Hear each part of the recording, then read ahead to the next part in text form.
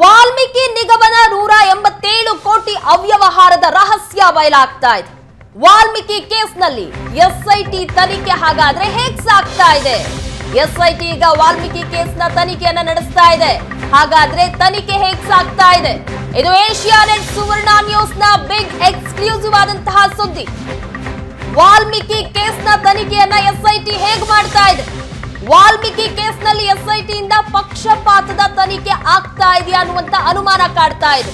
ನಿಜವಾದ ಆರೋಪಿಗಳ ರಕ್ಷಣೆಗೆ ಮುಂದಾಗಿದೆಯಾ ಎಸ್ಐಟಿ? ಎಸ್ಐಟಿ ತನಿಖೆ ಮೇಲೆಯೇ 16 ಅನುಮಾನಗಳು ಮೂಡ್ತಾ ಇದೆ. ವಾಲ್ಮೀಕಿ ಹಗರಣದ ತನಿಖೆ ಸಿಬಿಐಗೆ ವರ್ಗಾವಣೆ ಆಗತ್ತಾ? ಹಾಗಾದ್ರೆ ಎಸ್ಐಟಿ ರದ್ದುಗೊಳಿಸಿ ಸಿಬಿಐಗೆ ಕೇಸ್ ವರ್ಗಾವಣೆಗೆ ಮಧ್ಯಂತರ ಅರ್ಜಿಯನ್ನ ಹಾಕಲಾಗಿದೆ. ಎಸ್ಐಟಿ ತನಿಖೆ ವಿರುದ್ಧ ವಾಲ್ಮೀಕಿ ನಿಗಮದ ಅಧಿಕಾರಿ ಪರಶುರಾಮ್ ಸಿಡಿದೆದ್ದಿದ್ದಾರೆ. ಪರಶುರಾಮ್ ಸಹ ವಾಲ್ಮೀಕಿ ಹಗರಣದ 8ನೇ ಆರೋಪಿ. ಇವರೀಗ ಎಸ್ಐಟಿ ತನಿಖೆ ವಿರುದ್ಧನೇ ಸಿಡಿದೆದ್ದಿದ್ದಾರೆ. ಮಧ್ಯಂತರ ಅರ್ಜಿಯನ್ನ ಹಾಕಲಾಗಿದೆ. ಹಾಗಾದ್ರೆ ಎಸ್ಐಟಿ ತನಿಖೆ ಮುಕ್ತಾಯ ಆಗಿ ಸಿಬಿಐ ಇದಕ್ಕೆ ಎಂಟ್ರಿ ಕೊಡುತ್ತಾ? ಎಸ್ಐಟಿಯನ್ನ ರದ್ದುಗೊಳಿಸಿ ಸಿಬಿಐಗೆ ಕೇಸನ್ನ ವರ್ಗಾವಣೆ ಮಾಡಲಾಗತ್ತಾ ಅಂತ ಈಗಿರುವಂತಹ ಪ್ರಶ್ನೆ. ಎಸ್ಐಟಿ ಸರಿಯಾದಂತಹ ತನಿಖೆಯನ್ನ ಮಾಡ್ತಾ ಇಲ್ಲ ಅನ್ನುವಂತ ಆರೋಪ ಕೇಳಿ ಬರ್ತಾ ಇದೆ. ನಿಗಮದ ಅಧಿಕಾರಿ ಪರಶುರಾಮ್ ಇದೇ ವಿಚಾರಕ್ಕೆ ಸಿಡಿದೆದ್ದಿದ್ದು ಮಧ್ಯಂತರ ಅರ್ಜಿಯನ್ನ ಸಲ್ಲಿಕೆ ಮಾಡಿದ್ದಾರೆ. ಎಸ್ಐಟಿ ತನಿಖೆ ಬಗ್ಗೆನೇ ಸಾಕಷ್ಟು ಅನುಮಾನಗಳು ಮೂಡ್ತಾ ಇದೆ. ವಾಲ್ಮೀಕಿ ಕೇಸ್ನಲ್ಲಿ ಹಾಗಾದ್ರೆ ಎಸ್ಐಟಿ ಪಕ್ಷಪಾತದ ತನಿಖೆಯನ್ನ ನಡೆಸ್ತಾ ಇದೆಯಾ? ಸರಿಯಾದಂತಹ ತನಿಖೆ ಆಗ್ತಾ ಇಲ್ವಾ? ಎಸ್ಐಟಿ ವಿರುದ್ಧ ಹೈಕೋರ್ಟ್ ಮೆಟ್ಟಿಲೇರಿದ ನಿಗಮದ ಲೆಕ್ಕಾಧಿಕಾರಿ. ಸಿಬಿಐ ತನಿಖೆಗೆ ವರ್ಗಾವಣೆಯನ್ನ ಕೋರಲಾಗಿದೆ. ಯೂನಿಯನ್ ಬ್ಯಾಂಕ್ ಅರ್ಜಿಯನ್ನ ಬೆಂಬಲಿಸಿ ಮಧ್ಯಂತರ ಅರ್ಜಿಯನ್ನ ಸಲ್ಲಿಕೆ ಮಾಡಲಾಗಿದೆ ಪರಶುರಾಮ್ ಅವರಿಂದ. ತನಿಖೆ ಪಕ್ಷಪಾತದಿಂದ ಕೂಡಿದ್ದು ನಿಜವಾದ ಆರೋಪಿಗಳನ್ನ ರಕ್ಷಣೆ ಮಾಡಲಾಗ್ತಾ ಇದೆ ಎಸ್ಐಟಿಯಿಂದ. ಎಸ್ಐಟಿ ಪ್ರಕರಣದಲ್ಲಿ 8ನೇ ಆರೋಪಿಯಾಗಿರುವ ಪರಶುರಾಮ್ರಿಂದ ಅರ್ಜಿಯನ್ನ ಸಲ್ಲಿಕೆ ಮಾಡಲಾಗಿದೆ. ತಮ್ಮ ವಕೀಲ ಸುಧನ್ವಾ ಮೂಲಕ ಪರಶುರಾಮ್ ಮಧ್ಯಂತರ ಅರ್ಜಿಯನ್ನ ಸಲ್ಲಿಕೆ ಮಾಡಿದ್ದಾರೆ.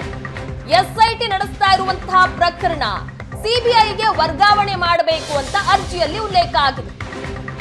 ತಪ್ಪಿಲ್ಲದಿದ್ರು ಆರೋಪಿ ಮಾಡಲಾಗಿದೆ ಅಂತ ಅರ್ಜಿಯಲ್ಲಿ ಉಲ್ಲೇಖ ಮಾಡಿದ್ದಾರೆ ಪರಶುರಾಮ್.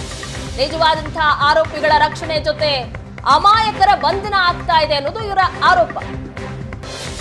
ಈ ಬಗ್ಗೆ ಹೆಚ್ಚಿನ ಡೀಟೇಲ್ಸ್ ಕೊಡ್ತಾರೆ ನಮ್ಮ ಪ್ರತಿನಿಧಿ ರಮೇಶ್. ವಾಲ್ಮೀಕಿ ಹಗರಣದಲ್ಲಿ ಎಸ್ಐಟಿ ತನಿಖೆ ಮೇಲೆ ಸಾಕಷ್ಟು ಅನುಮಾನಗಳು ಕಾಡ್ತಾ ಇದೆ.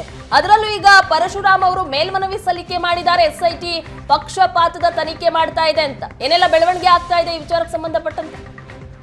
ಪ್ರಗತಿ, ವಾಲ್ಮೀಕಿ ಪ್ರಕರಣದಲ್ಲಿ ಎಸ್ಐಟಿ ಮಾಡ್ತಾ ಇರುವಂತಹ ತನಿಖೆಯ ಮೇಲೆ ಅನುಮಾನಗಳು ಪದೇ ಪದೇ ಕೇಳಿ ಬರ್ತಾ ಇರುವಂತದ್ದು. ಈ ಹಿಂದೆ ಕೂಡ ಸತ್ಯನಾರಾಯಣ ವರ್ಮಾ ಅನ್ನುವಂತಹವನು ಮ್ಯಾಜಿಸ್ಟ್ರೇಟ್ ಕೋರ್ಟ್ ಮುಂದೆ ಒಂದು ಅರ್ಜಿಯನ್ನು ಸಲ್ಲಿಸಿ ಎಲ್ಲ ಒಂದ್ ಕಡೆ ಎಸ್ಐಟಿ ಅಧಿಕಾರಿಗಳು ನಿಜವಾದ ಆರೋಪಿಗಳನ್ನ ರಕ್ಷಣೆ ಮಾಡಿ ನಮ್ಮ ರೀತಿಯ ಅಮಾಯಕರನ್ನ ಅರೆಸ್ಟ್ ಮಾಡ್ತಾ ಇದ್ದಾರೆ, ಸರಿಯಾದ ರೀತಿ ತನಿಖೆ ಆಗ್ತಾ ಇಲ್ಲ, ನಿಜವಾದ ಆರೋಪಿಗಳನ್ನ ರಕ್ಷಣೆ ಮಾಡ್ತಾ ಇದ್ದಾರೆ ಅಂತೇಳಿ ಒಂದು ಅರ್ಜಿಯನ್ನ ಸಲ್ಲಿಸಿದ್ದ. ಅದಕ್ಕೆ ಸಂಬಂಧಪಟ್ಟಂತೆ ಕೋರ್ಟ್ ಮುಂದೆ ನಾನು ವೈಯಕ್ತಿಕವಾಗಿ ಒಂದಷ್ಟು ವಿಚಾರಗಳನ್ನ ಹೇಳಲಿಕ್ಕೆ ಬಾಕಿ ಇದೆ ಅನ್ನುವಂತ ವಿಚಾರಗಳನ್ನ ಉಲ್ಲೇಖವನ್ನ ಮಾಡಿದ್ದ. ಅದಾದ ನಂತರ ಇಡಿ ಪ್ರಕರಣವನ್ನು ದಾಖಲು ಮಾಡಿಕೊಳ್ಳುತ್ತೆ. ಇಡಿ ಪ್ರಕರಣಕ್ಕೂ ಎಸ್ಐಟಿ ಪ್ರಕರಣ ಅಂದ್ರೆ ಫೈಂಡಿಂಗ್ಸ್ ಗಳನ್ನ ನೋಡಿದ್ರೆ ಅಜಗಜಾಂತರ ವ್ಯತ್ಯಾಸಗಳಿದೆ.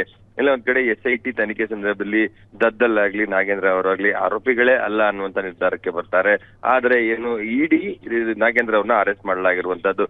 ಇಂತಹ ಸಂದರ್ಭದಲ್ಲಿ ಹಲವು ಬಾರಿ ಎಸ್ಐಟಿ ಮಾಡ್ತಾ ಇರುವಂತಹ ತನಿಖೆ ಎಲ್ಲ ಒಂದ್ ಕಡೆ ನಿಜವಾದ ಆರೋಪಿಗಳನ್ನ ರಕ್ಷಣೆ ಮಾಡ್ತಾ ಇದೆ, ಮತ್ತೆ ಸರ್ಕಾರದ ಅಣತಿಯಂತೆ ಅವರ ಸೂಚನೆಯಂತೆ ಕೆಲಸವನ್ನ ಮಾಡ್ತಾ ಇದೆ ಅನ್ನುವಂತ ಆರೋಪಗಳು ಕೇಳ್ತಾನೆ ಇದ್ವು. ಅದೇ ರೀತಿಯಾದಂತ ಮಾತುಗಳು ಕೇಳಿ ಬರ್ತಾ ಇದ್ವು. ಸೊ ಇಂತಹ ಒಂದು ಸಂದರ್ಭದಲ್ಲಿ ಈಗ ಮತ್ತೆ ಒಬ್ಬ ಆರೋಪಿ ಸ್ಥಾನದಲ್ಲಿರುವಂತಹ ನಿಗಮದ ಅಕೌಂಟೆಂಟ್ ಆಗಿದ್ದಂತ ಪರಶುರಾಮ್ ಅವರು ಹೈಕೋರ್ಟ್ಗೆ ಒಂದು ಅರ್ಜಿಯನ್ನ ಸಲ್ಲಿಸಿರುವಂತಹದ್ದು, ಅಂದ್ರೆ ಮಧ್ಯಂತರ ಅರ್ಜಿಯನ್ನು ಸಲ್ಲಿಸಿದ್ದಾರೆ. ಈಗಾಗಲೇ ಯೂನಿಯನ್ ಬ್ಯಾಂಕ್ ಕೂಡ ಹೈಕೋರ್ಟ್ಗೆ ಒಂದು ರಿಟ್ ಪಿಟಿಷನ್ ಹಾಕುವ ಮೂಲಕ ಇಡೀ ಪ್ರಕರಣದ ತನಿಖೆಯನ್ನ ಎಸ್ಐಟಿಯಿಂದ ಸಿಬಿಐಗೆ ವರ್ಗಾವಣೆ ಮಾಡಬೇಕು, ಎಸ್ಐಟಿ ಮಾಡ್ತಾ ಇರುವಂತ ತನಿಖೆ ಸರಿಯಾದಂತ ಕ್ರಮದಲ್ಲಿಲ್ಲ, ಆ ಒಂದು ತನಿಖೆಯಿಂದಾಗಿ ಸಾಕಷ್ಟು ಜನ ಅಮಾಯಕರಿಗೆ ತೊಂದರೆ ಆಗ್ತಾ ಇದೆ, ಮತ್ತೆ ನಿಜವಾದ ಆರೋಪಿಗಳು ತಪ್ಪಿಸ್ಕೊಳ್ತಾ ಇದ್ದಾರೆ ಅನ್ನೋ ನಿಟ್ಟಿನಲ್ಲಿ ಒಂದು ಮನವಿಯನ್ನು ಕೂಡ ಮಾಡಿದ್ರು. ಅದರ ವಿಚಾರಣೆ ಬಹುತೇಕ ಮುಕ್ತಾಯಾಗಿ ಆದೇಶಕ್ಕೆ ಕಾಯ್ದಿರಿಸಿರುವಂತದ್ದು. ಇಂತಹ ಸಂದರ್ಭದಲ್ಲಿ ಸೆಪ್ಟೆಂಬರ್ 26ನೇ ತಾರೀಕು ಪರಶುರಾಮ್ ತಮ್ಮ ವಕೀಲರ ಮೂಲಕ ಹೈಕೋರ್ಟ್ಗೆ ಒಂದು ಅರ್ಜಿಯನ್ನು ಸಲ್ಲಿಸುವ ಮೂಲಕ ಈ ಪ್ರಕರಣದಲ್ಲಿ ಯೂನಿಯನ್ ಬ್ಯಾಂಕ್ ಸಲ್ಲಿಸಿರುವಂತಹ ಅರ್ಜಿನಿದೆ ಅದು ಸರಿಯಾದಂತ ಕ್ರಮದಲ್ಲಿದೆ.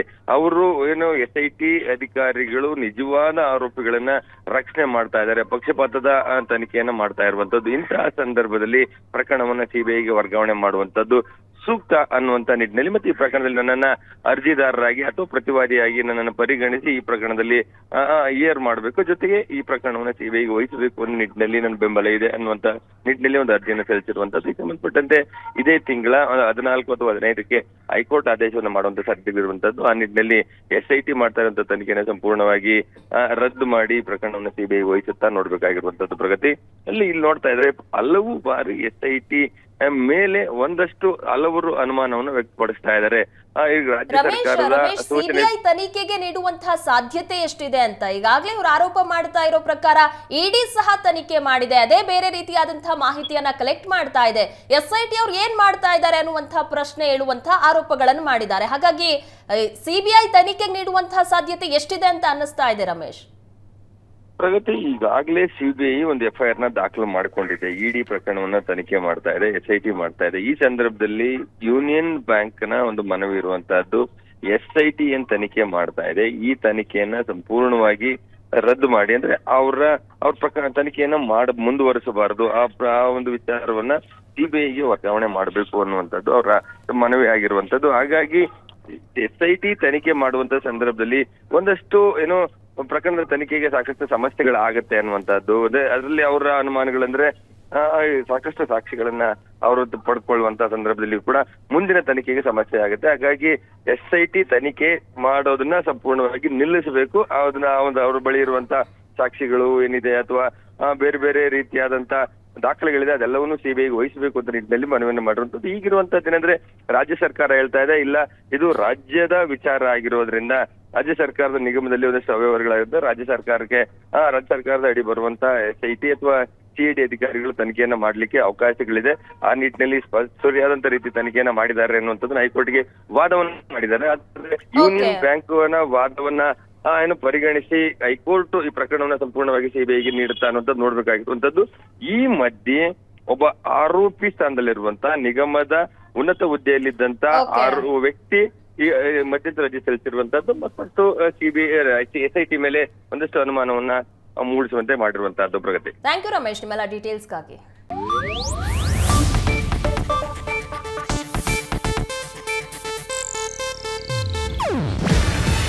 ಇದು ಏಷ್ಯಾನೆಟ್ ನ್ಯೂಸ್ ನೆಟ್ವರ್ಕ್ ಪ್ರಸ್ತುತಿ. ನೀವು ನೋಡ್ತಿದ್ದೀರಾ ಏಷ್ಯಾನೆಟ್ ಸುವರ್ಣ ನ್ಯೂಸ್.